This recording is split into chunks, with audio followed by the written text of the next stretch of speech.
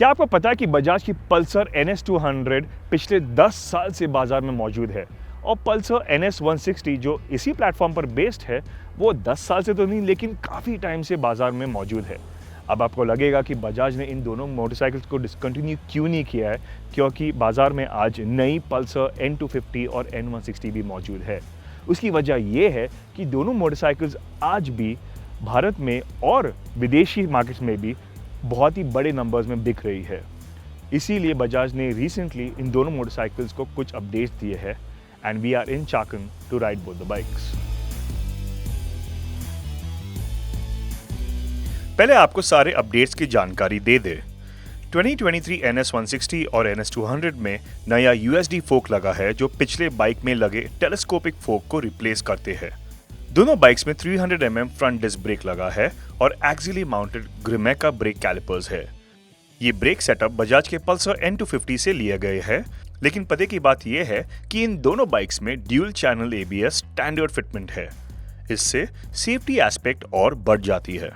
Breaks की तरह wheels भी पल्सर 250 से लिए गए हैं और इनका वजन पिछले बाइक्स में लगे व्हील्स से 1 किलोग्राम कम है।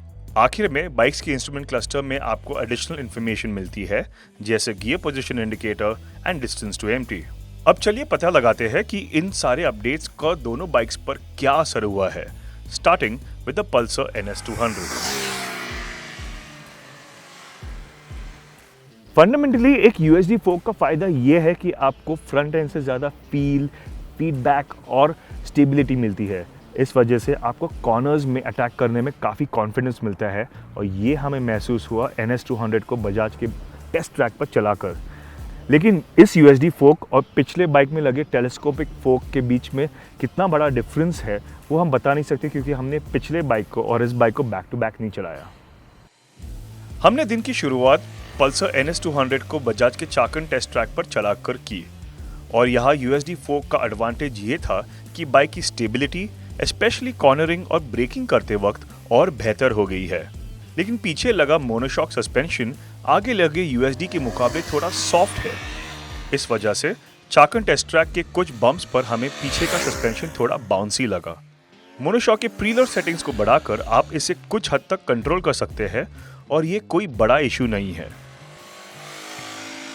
बजाज ने पल्सर N250 के ब्रेक को इस मोटरसाइकिल में लगाया है। It's present on both the NS160 and the NS200 और ये बात मुझे बहुत ही पसंद आई, क्योंकि पिछले बाइब्रे कैलिपर्स के मुकाबले में ये नए ग्रिमेका ब्रेक्स और स्ट्रॉन्गर है और फीडबैक भी इनसे काफ़ी अच्छी मिलती है।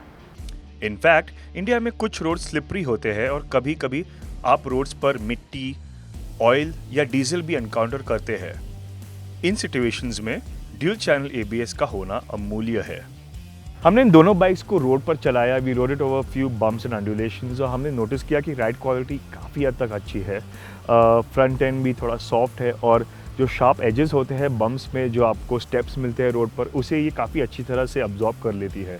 पीछे लगा मोनोशॉक थोड़ा सॉफ्ट है लेकिन प्लश नहीं है, लेकिन फिर भी ये बम्प्स को काफ़ी अच्छी तरह से अब्जॉर्ब करती है और आपकी पीठ में कोई प्रॉब्लम नहीं होगी।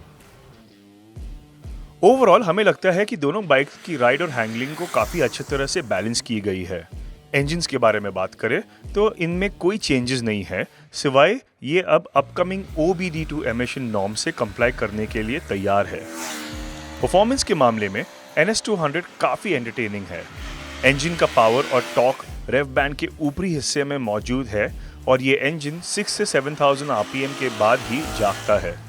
इसके बाद 10,000 RPM तक इस इंजन की परफॉर्मेंस बहुत मज़ेदार है। दूसरी ओर NS160 के इंजन की पावर डिलीवरी और लीनियर है और ये ज़्यादा ट्रैक्टेबल भी है, जिससे आप हाई गियर्स में लो स्पीड पर इस बाइक को सिटी ट्रैफिक में चला सकते हैं। लेकिन एक बात तो तय है कि ये NS160 का इंजन पल्सर N160 के इंजन की तरह स्मूथ और रिफाइंड नहीं है। NS200 का इंजन लिक्विड कूल्ड है और ये NS160 के मुकाबले ज़्यादा रिफाइंड तो है, लेकिन पल्सर N और F250 का ऑयल कूल्ड इंजन NS200 के इंजन से ज़्यादा स्मूथ है।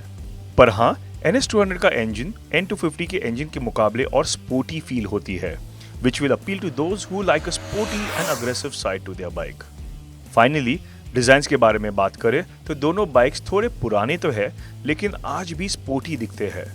The base colors are the same as before, but there are new stickers that help differentiate the 2023 bikes.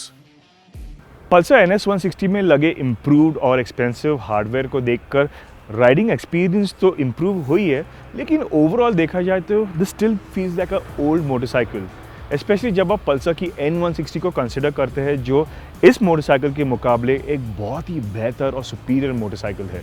उस मोटरसाइकिल की राइड क्वालिटी, इंजन रिफाइनमेंट इस motorcycle के मुकाबले बहुत अच्छी है। It feels like a much better motorcycle in almost every aspect. और जब आप प्राइसेस को कंपेयर करते हो तो पल्सर N160 NS160 से लगभग 4,000 to 5,000 रुपीज़ सस्ती है। तो ये जाहिर सी बात है कि दोनों बाइक्स में से हम N160 को चुनेंगे। लेकिन आज के ज़माने में भी आपको पल्सर की NS200 काफ़ी अपीलिंग लगेगी, और वो इस वजह से क्योंकि इस मोटरसाइकिल में जो कैरेक्टर है, जो चलाने में मज़ा है, जो फीलिंग है, वो बहुत सारे मोटरसाइकिल्स में नहीं है। If you leave the KTM side, नए अपडेट्स के साथ जो इम्प्रूवमेंट्स हुई है वो तो एक तरफ से एक अच्छी बात है, लेकिन इस मोटरसाइकिल का इंजन भी इसे काफ़ी अपीलिंग बनाता है। अगर आपको आपके इंजन से टॉप एंड परफॉर्मेंस पसंद है, if you like raving out your engines, एक हुलिगन स्ट्रीक चाहिए आपको, this motorcycle will be really appealing for you.